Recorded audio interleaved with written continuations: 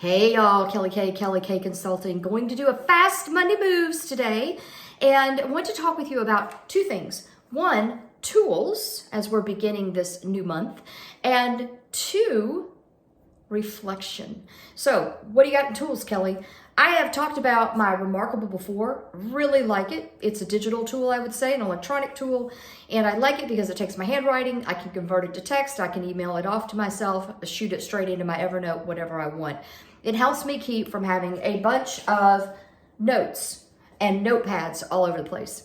However, I do like some of my analog tools, and one of them is by Mr. Pen. This one is called Sleek. What I like about it is that it is dry. I feel like now one of those beauty people because they put their hand up so you can see it better. But it is Mr. Sleek. It's Sleek Mr. Pen. It's a dry highlighter, so you can use it on the thinnest of paper.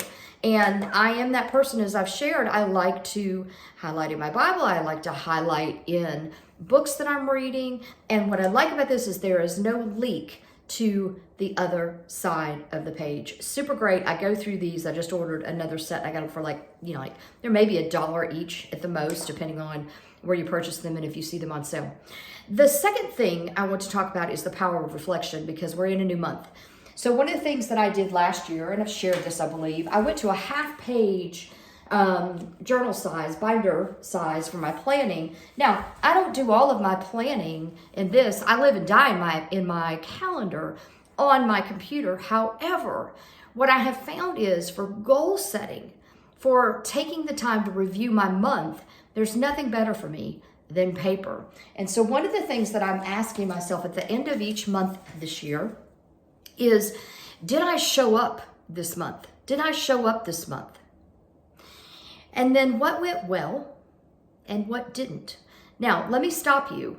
I don't do this as a way to beat myself up. I spent almost all of February sick. I don't know what this crud is that's going around, but it has landed and it has not stopped.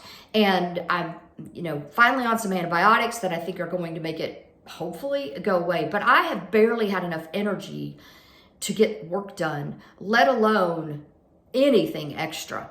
And there's been very, very, very little extra that I've been able to do.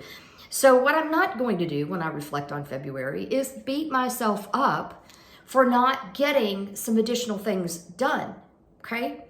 It's about prioritization and sometimes recognizing you just aren't going to get some things done depending on the circumstances that have hit.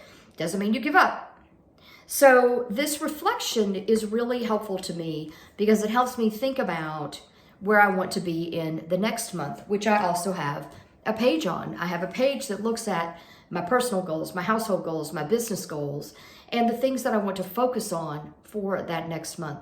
There is incredible power in making this time, whether it's 10 minutes or 30 minutes or whatever, to pause and reflect on the previous month, not beat yourself up, not feel sad, but to reflect, sometimes reframe and revisit, okay? So I hope those are helpful to you as we begin March, for crying out loud.